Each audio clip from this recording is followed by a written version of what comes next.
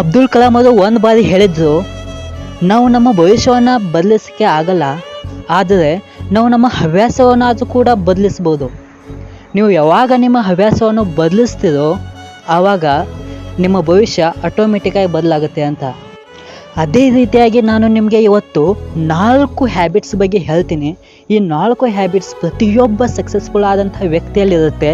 ಈ ಒಂದು ಹ್ಯಾಬಿಟನ್ನು ನಿಮ್ಮ ಒಂದು ಲೈಫ್ನಲ್ಲಿ ನೀವು ಇಂಪ್ಲಿಮೆಂಟ್ ಮಾಡ್ಕೊಳ್ಳೋದ್ರಿಂದ ನೀವೊಬ್ಬ ಸಕ್ಸಸ್ಫುಲ್ ಪರ್ಸನ್ ಆಗೋದು ಖಂಡಿತ. ಅದರಲ್ಲಿ ಫಸ್ಟ್ ಹ್ಯಾಬಿಟ್ ಏನಪ್ಪ ಅಂತಂದರೆ ಡೂ ಮೋರ್ ಟಾಕ್ ಲೆಸ್ ಅಂತ. ಅಂದರೆ ನಾವು ಮಾತಾಡುವಂತಹ ಮಾತು ಕಡಿಮೆ ಆಗಿರಬೇಕು ಮತ್ತು ನಾವು ಮಾಡುವಂತಹ ಕೆಲಸ ಜಾಸ್ತಿ ಆಗಿರಬೇಕು. ಇಂಗ್ಲೀಷಲ್ಲಿ ಒಂದು ಕ್ವೇಟ್ ಇದೆ, work hard in a silence, let your success makes a noise ಅಂತ. ಸೊ ನಮ್ಮ ಕೆಲಸವನ್ನು ನಾವು ಸೈಲೆನ್ಸಾಗಿ ಮಾಡ್ತಾ ಇರಬೇಕು. ಅದರಿಂದ ಸಿಗುವಂಥ ಒಂದು ಪ್ರತಿಫಲ ಇದೆಯಲ್ಲ, ಅದು ಶಬ್ದ ಮಾಡಬೇಕು ಅಂತ. ನಾವು ಯಾವುದೇ ಒಬ್ಬ ಸಕ್ಸಸ್ಫುಲ್ ಲೀಡರ್ನ ನೋಡಿದಾಗ ನಮ್ಗೆ ಗೊತ್ತಾಗುತ್ತೆ. ಸೊ ಅವ್ರು ಯಾವತ್ತೂ ಕೂಡ ಅವ್ರು ಮಾಡುವಂಥ ಕೆಲಸವನ್ನು ಅವ್ರು ಮೊದಲೇ ಯಾವತ್ತೂ ಜೋರಾಗಿ ಓದಿಸೋದು, ಹಾಗೆಲ್ಲ ಭಾಷಣ ಮಾಡೋದು ಅಥವಾ ಏನೋ ಇನ್ನೊಬ್ಬರ ಮುಂದೆ ಹೇಳೋದು ಈ ಥರ ಮಾಡೋದಿಲ್ಲ.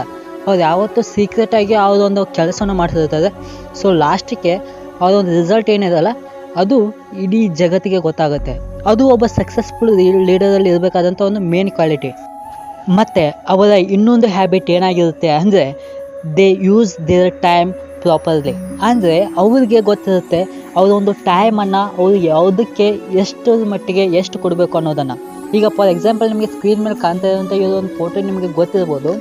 ಇವರು ಯಾವತ್ತೂ ಕೂಡ ಒಂದೇ ಥರದ ಒಂದು ಡ್ರೆಸ್ ಹಾಕ್ತಿರ್ತಾರೆ. ಸೊ ಒಬ್ಬರು ಮೀಡಿಯಾದವರು ಇವರನ್ನು ಕೇಳ್ತಾರೆ, ನೀವು ಯಾಕೆ ಒಂದೇ ರೀತಿಯಾದಂಥ ಒಂದು ಡ್ರೆಸ್ ಹಾಕ್ತೀರಾ ಅಂತ. ಅವಾಗ ಅವ್ರು ಉತ್ಸಾಹ ಕೊಡ್ತಾರೆ, ನನಗೆ ಲಕ್ಷ ಜನರ ಒಂದು ಕಮ್ಯುನಿಟಿ ಇದೆ. ಸೊ ನಾನು ನನ್ನ ಒಂದು ಡ್ರೆಸ್ ಸೆನ್ಸ್ಗೆ ನಾನು ಬೆಲೆ ಕೊಡ್ತಾ ಕೂತ್ರೆ ನನಗೆ ಟೈಮೇ ಸಿಗಲ್ಲ. ಸೊ ನಾನು ನನ್ನ ಒಂದು ಟೈಮನ್ನು ಇಂಥ ಆಲ್ತು ಕೆಲಸಗಳಿಗೆ ನಾನು ಯೂಸ್ ಮಾಡ್ಕೊಳ್ಳಲ್ಲ. ಸೊ ಅದಕ್ಕಾಗಿ ಅಂತ ಹೇಳ್ತಾರೆ. ಸೊ ಅದೇ ರೀತಿಯಾಗಿ ನಾವು ಕೂಡ ಟೈಮ್ಗೆ ನಾವು ಅಷ್ಟೊಂದು ಇಂಪಾರ್ಟೆಂಟ್ ಕೊಡಬೇಕಾಗುತ್ತೆ. ಸೊ ಅವರು ಒಂದೊಂದು ಮಿನಿಟು ಒಂದೊಂದು ಅವರ್ಗೆ ಅಷ್ಟೊಂದು ಇಂಪಾರ್ಟೆಂಟ್ ಕೊಡ್ತಾರೆ. ನಾವು ಒಂದು ದಿನ ಲೆಕ್ಕಿಸದೆ, ಒಂದು ವೀಕ್ ಲೆಕ್ಕಿಸದೆ, ಒಂದೊಂದು ತಿಂಗಳುಗಳನ್ನು ಹಾಗೆ ಬರ್ಬಾದ್ ಮಾಡಿಬಿಡ್ತೀವಿ. ಸೊ ಎಷ್ಟೋ ಜನ ಇಡೀ ಜೀವನವನ್ನೇ ಬರ್ಬಾದ್ ಮಾಡಿರ್ತಾರೆ, ಆದ್ರೂ ಕೂಡ ಅವ್ರಿಗೆ ರಿಗ್ರೆಟ್ ಇರಲ್ಲ. ಅದೊಂದು ಮಾತು ಬೇರೆ. ಬಟ್ ನಾವಿಲ್ಲಿ ಏನು ತಿಳ್ಕೊಬೇಕಪ್ಪ ಅಂತಂದರೆ time is very very important ಅಂತ. ಮತ್ತು ಸಕ್ಸಸ್ಫುಲ್ ವ್ಯಕ್ತಿಯ 3ನೇ ಹ್ಯಾಬಿಟ್ ಏನಪ್ಪ ಅಂತಂದರೆ they all are life time learners.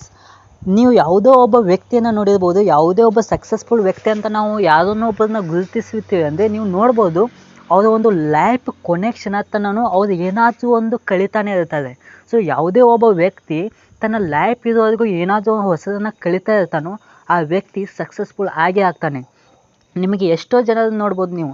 ಈಗ ಎಷ್ಟೋ ಜನ ಈಗ ಫಾರ್ ಎಕ್ಸಾಂಪಲ್ ನಾವು ಈಗ ರಿಚೆಸ್ಟ್ ಪರ್ಸನ್ಸ್ಗಳನ್ನ ತೊಗೊಂಡ್ರೆ ಬಿಲ್ ಗೇಟ್ಸ್ ಆಗಿರ್ಬೋದು, ಇವರು ಆಗಿರ್ಬೋದು. ಸೊ ನಿಮಗೆ ಗೊತ್ತಿಲ್ಲ, ಅವರು ಒಂದೊಂದು ವೀಕಿಗೆ ಒಂದೊಂದು ಬುಕ್ಸನ್ನು ಓದಿ ಮುಗಿಸ್ತಾರೆ. ಅವರು ಇಂಥ ಒಂದು ಏಜ್ 80+ ಏಜ್ ಆಗಿದ್ದು ಕೂಡ ಈ ಏಜಲ್ಲಿ ಕೂಡ ಅವರು ಓದ್ತಾರೆ. ಯಾಕಂದರೆ ಲರ್ನಿಂಗ್ ಗಿವ್ಸ್ ಅ ಕ್ರಿಯೇಟಿವಿಟಿ ಅಂತ ಅಬ್ದುಲ್ ಕಲಾಂ ಅವರು ಒಂದು ಮಾತನ್ನು ಹೇಳಿದ್ದಾರೆ. ಸೊ ಲರ್ನಿಂಗ್ ಅಂದರೆ ನಾವು ಏನೋ ಒಂದು ಕಲಿತೀವಲ್ಲ, ಸೊ ಅದು ನಮ್ಮಲ್ಲಿ ಒಂದು ಕ್ರಿಯೇಟಿವಿಟಿಯನ್ನು ಉಂಟು ಮಾಡುತ್ತೆ ಅಂತ. ಏಕೆಂದರೆ ಆ ಒಬ್ಬ ವ್ಯಕ್ತಿ ಎಷ್ಟೇ ಫೇಲ್ಯೂರನ್ನು ನೋಡಿದ್ರು ಕೂಡ ಅವನು ಆತನ ಆತ್ಮವಿಶ್ವಾಸವನ್ನು ಕಳೆದುಕೊಳ್ಳದೆ ಅವನು ಮತ್ತೊಮ್ಮೆ ಸಕ್ಸಸ್ಫುಲ್ ಆಗೇ ಆಗ್ತಾನೆ. ಸೊ ಅದು ಲರ್ನಿಂಗ್ ಇರುವಂತಹ ಒಂದು ಪವರು. ಈಗ ನಾವು 4ನೇ ಹವ್ಯಾಸ ಏನು ಅಂತ ನೋಡೋಣ. 4ನೇ ಹವ್ಯಾಸ ಇದು ತುಂಬಾ ಇಂಪಾರ್ಟೆಂಟು. ಸೊ ಈ ಒಂದು ಹವ್ಯಾಸ ಪ್ರತಿಯೊಬ್ಬರಲ್ಲಿ ಖಂಡಿತವಾಗಿಯೂ ಇರಲೇಬೇಕು. ಅದೇನಪ್ಪ ಅಂದರೆ ಸೆಲ್ಫ್ ಟಾಕ್. ಸ್ವಾಮಿ ವಿವೇಕಾನಂದರು ಅವರ ಒಂದು ಭಾಷಣದಲ್ಲಿ ತುಂಬ ಚೆನ್ನಾಗಿ ಒಂದು ಮಾತನ್ನು ಹೇಳ್ತಾರೆ. ಯಾವ ವ್ಯಕ್ತಿ ತಾನು ಮಲಗುವಾಗ 5 ನಿಮಿಷ ತನ್ನೊಡನೆ ತಾನೇ ಮಾತಾಡಿಕೊಳ್ಳೋದಿಲ್ವೋ ಆ ಒಬ್ಬ ವ್ಯಕ್ತಿ ಆತನ ಜೀವನದಲ್ಲಿ ಒಬ್ಬ ಇಂಪಾರ್ಟೆಂಟ್ ವ್ಯಕ್ತಿಯನ್ನು ಕಳೆದುಕೊಳ್ತಾನೆ ಅಂತ. ಸೊ ನಮ್ಮನ್ನು ನಾವು ಪ್ರತಿದಿನ ಅನಲೈಸ್ ಮಾಡೋದು ತುಂಬಾ ಇಂಪಾರ್ಟೆಂಟ್ ಆಗುತ್ತೆ.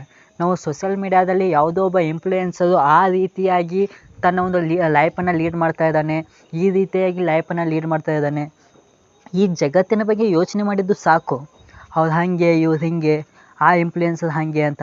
ಸೊ ನಾವೀಗ ನಮ್ಮನ್ನು ಸೆಲ್ಫ್ ಅನಲೈಸಸ್ ಮಾಡಿಕೊಂಡು ನಾವು ಏನೇನು ತೆಗೆದುಕೊಳ್ಬೇಕು, ನಾವೇನೇನು ಮಾಡಬೇಕು ಅನ್ನೋದನ್ನು ನಾವು ತುಂಬಾ ಇಂಪಾರ್ಟೆಂಟಾಗಿ ನೋಡಬೇಕಾಗತ್ತೆ.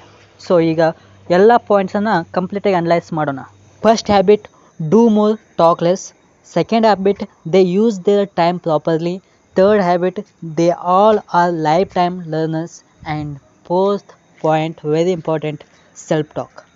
ಒಂದು ವೇಳೆ ಈ ಒಂದು ವಿಡಿಯೋ ನಿಮಗೆ ಇಂಪಾರ್ಟೆಂಟ್ ಅನಿಸಿದ್ರೆ ಇದನ್ನು ನಿಮ್ಮ ಫ್ರೆಂಡ್ಸ್ಗೂ ಕೂಡ ಶೇರ್ ಮಾಡಿ, ಜೊತೆಗೆ ಈ ಚಾನಲ್ನ ಸಬ್ಸ್ಕ್ರೈಬ್ ಮಾಡ್ಕೊಳ್ಳಿ, ಜೊತೆಗೆ ಈ ವಿಡಿಯೋ ಇಷ್ಟ ಆಗಿದ್ರೆ ಲೈಕ್ ಮಾಡಿ. ಜೈ ಹಿಂದ್, ಜೈ ಕರ್ನಾಟಕ.